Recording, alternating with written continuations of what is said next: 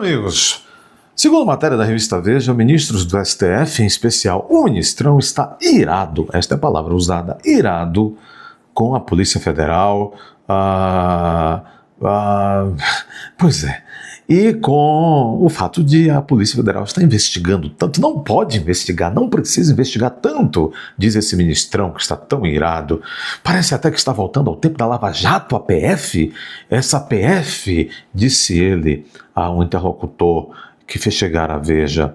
Olha aqui, vamos entender essa matéria aqui, de já pedindo o seu like, pedindo que você compartilhe muito este conteúdo. Vamos lá. A ira de um ministro do STF com o vazamento de relatório da Polícia Federal sobre Toffoli. Difícil, o STF está querendo dar exemplo, criticar vazamento quando eles mesmos não sabem quem foi que gravou clandestinamente a reunião secreta deles e divulgou para a imprensa. Tá feio, hein? A coisa tá feia. Porque quando se dá um exemplo, a coisa começa a desandar inteira, não é? A ira de um ministro do STF com vazamento de relatório da PF sobre Toffoli. A PF está voltando aos velhos tempos de práticas da Lava Jato, diz o ministro. Não pode investigar. Na Lava Jato não pode investigar. Lá investigou, a gente pensou que tinha acabado com aquilo. O vazamento de informações de um relatório da Polícia Federal com dados comprometedores sobre a relação de Toffoli com o banqueiro Vocário deixou o ministro do STF injuriados com a Polícia Federal. Um deles, pedindo anonimato, chegou a comparar o trabalho da gestão de André Rodrigues ao período em que a corporação atuou na Lava Jato. Disse ele, a PF está voltando aos velhos tempos de práticas da Lava Jato, disse o ministro. Mas pera lá, quer dizer que quem fez a Lava Jato, quer dizer, os criminosos que praticaram seus delitos, confessos, réus confessos, meliantes confessos, devolveram dinheiro, apontaram 100 milhões nas Ilhas Caimã, 100 milhões não sei na onde, qualquer diretorzinho da Petrobras ou de qualquer outro órgão, tinha 50, 100, 200 milhões, quer dizer, eles cometeram os crimes e a Polícia Federal é que fez errado em investigar, a ponto de esse ministro estar estigmatizando, dizendo, olha, até parece que está voltando aqueles tempos. É uma ova, né? É uma ova bem redonda, né, rapaz? Que é isso? A PF está voltando aos velhos tempos de práticas da Lava Jato, diz o ministrão, que não foi homem suficiente para sair do anonimato, né? Que coisa! Se isso não é um absurdo, que mais é um absurdo? Que mais é um absurdo? Pois é. E aí, um tema que tem a ver com isso,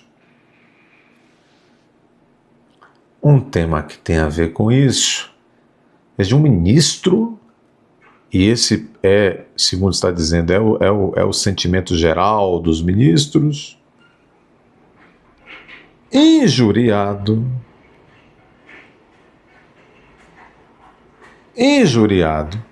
com o fato de a PF estar trabalhando.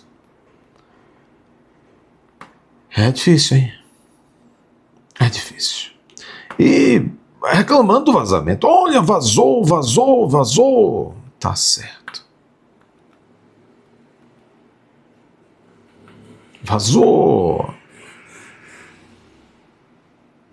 A atuação de Toffoli no caso Master é mais grave que suspeição, diz aqui um analista. Conrado Rubner Mendes, da USP, critica a solução do STF que afastou Toffoli da relatoria e aponta conflito de interesse do magistrado. Olha, um homem de esquerda, esse Conrad, né? O professor de Direito Constitucional da USP... Por que o professor de Direito Constitucional da USP? Você não apareceu também, não tem aparecido para criticar o que se fez com o pessoal do dia 8? Hein, professor de Direito? Por que você não criticou o professor de Direito da USP? O que fizeram com a imaginária trama golfista? Né? Que coisa! Com esses constitucionalistas nós estamos todos no sal. Quer dizer, vocês sabem... O Barroso era constitucionalista, o Moraes constitucionalista, o Gilmar Mendes constitucionalista. E olha onde eles nos meteram. O professor de Direito Constitucional da USP, Conrado Mendes, analisou a decisão do STF de afastar Dias Toffoli da relatoria, no caso Master.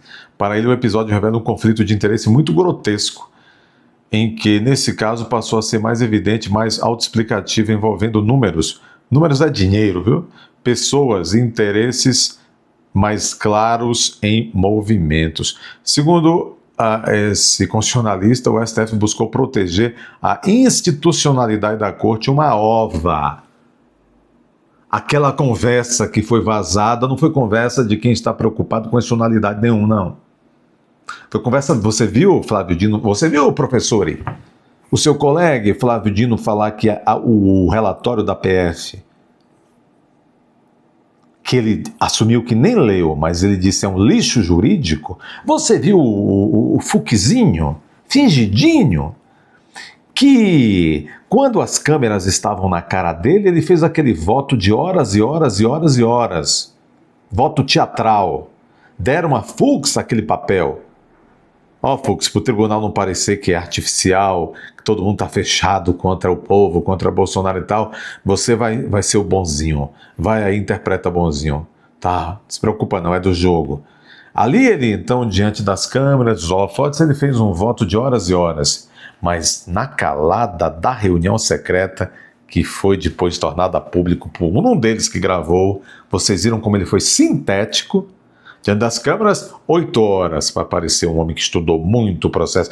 Fora das câmeras, analisando esse caso gravíssimo de claríssima suspeição de Toffoli, ele disse: ministro Toffoli tem fé pública. O meu voto é pelo ministro Toffoli. Olha, acabou. Vocês não precisam nem discutir isso, disse o Fux. Mas a máscara caiu, não foi? Vocês viram o Mendoncinha também, como a máscara do Mendoncinha, do Cássio Nunes, né? Caíram também. Vocês já sabem. Vocês viram. Bom, aí o negócio fala que está buscando a institucionalidade. Quando foi dada a palavra para o Toffoli na reunião secreta, que dizem que foi ele mesmo que gravou e entregou para a mídia, ele encurralou os ministros e disse: olha, primeira coisa, vou olhar no olho de vocês, não devo nada, não temo nada pessoal, nem de empresas de parentes. E vou dizer logo, eu posso abrir minhas contas, posso abrir meus sigilos, se todos os sigilos e contas de vocês, das empresas de vocês, de empresas de parentes, de ascendentes, descendentes, né, todos os colaterais e afins, se vocês abrirem isso, eu também abro, mas sozinho não abro. Pô, quer mais o quê? O cara disse: ó, irmão, todos nós aqui, a linguagem do malandro, né? Ó, irmão, todos nós aqui somos somos todos iguais. Não venha querer me utilizar como boi de piranha, não, que nós teremos 10 bois de piranha, disse Toffoli. Foi isso que ele disse. Aí esse professorete querer dizer que ali eles estavam preocupados com a institucionalidade, uma ova, rapaz. Tem que falar a linguagem do povo, rapaz, uma ova. Aí diz aqui o professorete: tudo que fez o STF foi tirar Toffoli da relatoria sem considerá-lo suspeito, o que significa o seguinte: ele continua no caso. Ainda vota, só não é mais o relator, ou seja, ele não é suspeito. Como não? São esses professores que formam seus filhos, que vão para a faculdade de Direito no Brasil. Agora o professor questiona, porém, a base jurídica da medida. Diz ele: curiosamente, ele saiu da relatoria e, do ponto de vista jurídico, isso também é estranho, porque para sair da relatoria precisa ter um fundamento. Você ser suspeito, se declarar suspeito, ou o tribunal declarou você suspeito. O tribunal se recusou a fazer isso e adotou uma solução completamente extravagante do ponto de vista processual. Por quê? Porque estão todos errados. Porque ele pressionou. Não me considere suspeito, porque eu vou cair atirando, disse ele. Por outras palavras, foi o que disse. Agora, meu amigo, pra cima de mim, eu vim da academia também. Não se tem como analisar academicamente esculhambação. Se analisa academicamente enquanto se há ciência jurídica, ciência do direito. Você mesmo está reconhecendo que não tem fundamento aqui. A decisão foi tomada completamente ao arrepio de fundamentos fáticos e jurídicos. Como é que você senta do seu trono de constitucionalista e vai analisar nada? Aí sim, a decisão, o Flávio Dino disse que que o relatório da PF foi um lixo jurídico. O Cássio Nunes, que não é nada acadêmico, disse que aquilo ali era um nada jurídico. Um nada jurídico foi a decisão de vocês. A notinha que veio por meio de uma sugestão do truculento Flávio Dino, que passou por cima do fraco presidente Edson Fachin. O Edson Fachin queria insistir toda a reunião, e até depois da sugestão do Flávio Dino, o Edson Fachin sugeriu mandar o caso para o dia seguinte, na sexta-feira, para, numa sessão extraordinária, diante do povo, da televisão, da TV Justiça, se discutir cada ministro ali, na luz, da claridade da publicidade, falar os seus argumentos para considerar Toffoli suspeito ou para não considerá-lo suspeito. Mas só quem queria isso era a Carmen Lúcia e o Fachin. Todos os outros queriam decidir na surdina. Flávio Dino pegou e impôs, disse: o senhor não resolve, presidente, então eu vou resolver. Vamos fazer uma notinha. A gente diz que o ministro Toffoli é um cara muito bacana, que ele não é nada de suspeito. E por quê? Porque nós estamos dizendo que ele não é, pronto. E aí no final a gente disse: mas mesmo assim, já que ele é mais magnânimo ainda, ele mesmo está saindo. Mas não porque é suspeito, porque ele é magnânimo, porque ele é gente boa. Isto tem cara de peixe, tem cheiro de peixe, só pode ser peixe. E esse peixe, que não tem odor nada bom, não pode ser analisado com ferramentas acadêmicas, senhor pseudo-acadêmico constitucional. É por essas cabeças que estão dentro da academia, que escrevem livros, que formam seus filhos, que comem o dinheiro do povo em programas de pós-graduação com bolsa, que nós estamos ferrados, que o direito no Brasil, o que não está corrompido, está inoperante. Ponto final. Ponto final. Tá? Aliás, eu não estou sozinho nisso. Eu estou em companhia, por exemplo, de pessoas respeitáveis, de grande conteúdo jurídico e de grande conteúdo moral. Eu vou colocar aqui, por exemplo, rapidinho, uma fala da minha conterrânea maravilhosa, professora e ex-ministra do STJ, ex-desembargadora do Tribunal de Justiça da Bahia, professora Eliana Calmon.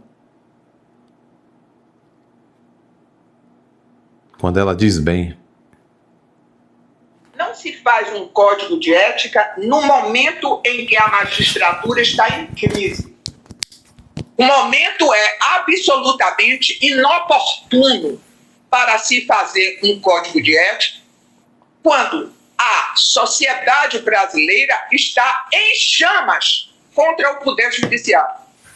Esse código de ética, se for aprovado, será um código que não vai servir para anos depois ser aplicado. Porque ou está de menos ou está de mais. Porque o momento é um momento difícil, em que a população está irada, a população está nas redes sociais arrebentando e rasgando com o Supremo Tribunal Federal, e é absolutamente inoportuno. Em segundo lugar, é porque a autoria do Código de Ética feita pelo ministro Fachin, a quem eu tenho muito respeito, mas até agora ele foi enxovalhado por todas os aportes de segurança que deu aos seus colegas. Todas as vezes que os colegas magistrados do Supremo Tribunal Federal deram decisões esdrúxulas ou duvidosas, ele silenciou e cohonestou. Pois é, exatamente. Até aqui. E, de repente... Exatamente. Como é que um homem desse, esse Fachin, está defendendo esse tal desse Código de Ética? É inútil, porque o Código de Ética de um ministro da Constituição, da Corte Suprema, é a Constituição. E se eles desrespeitam a Constituição, eles vão respeitar o Código de Ética. Mas o que a doutora Eliana Calmon, ministra que foi, ministra aposentada do Superior Tribunal de Justiça, minha conterrânea, professora, juíza de carreira, vocês que gostam de juiz de carreira, começa desde piso. O que ela está dizendo é o seguinte: como é que esse cara, o Edson Fachin, que moral ele tem para defender código de ética? Se toda vez que um colega dele do tribunal, né, do Supremo, brinca, faz de gato sapato a Constituição, faz decisões esdrúxulas. Ele pega e assina embaixo.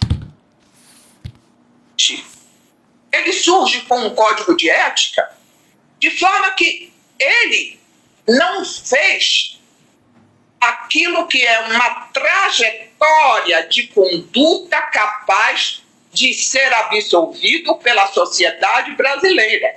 Embora ele seja um homem correto, embora não se tenha nenhum caso específico onde ele tenha prevaricado nesse... Professora Helena Calmon, sou obrigado a discordar. O Lula está solto por conta dele. Foi ele que, numa decisão monocrática, ele que começou a anular os processos do Lula. Solto propriamente por aquele habeas corpus 6-5, naquela fatídica noite, 6-5, onde a Rosa Weber tremia para dar o voto de Minerva, o sexto voto. Ela tremia porque ela estava sabendo que ela estava fazendo algo errado. Ali ele foi solto 6-5. Mas depois quem começou a anular foi o Fachin, decisão monocrática, o CEP, aquelas anulações por conta do CEP, como se brinca por aí. Então ele não é santinho, não. Sentido de julgar casos onde ele tem impedimento ou suspeição, mas por ter conectado com muitas das atitudes adotadas pelos seus pares, ele perdeu a credibilidade. Quando ela fala por ter conectado, é por ter, enfim, por ter acordado, por ter batido palmas, por ter concordado, por ter ficado silente. É isso. Dê seu like, inscreva-se, comente, compartilhe.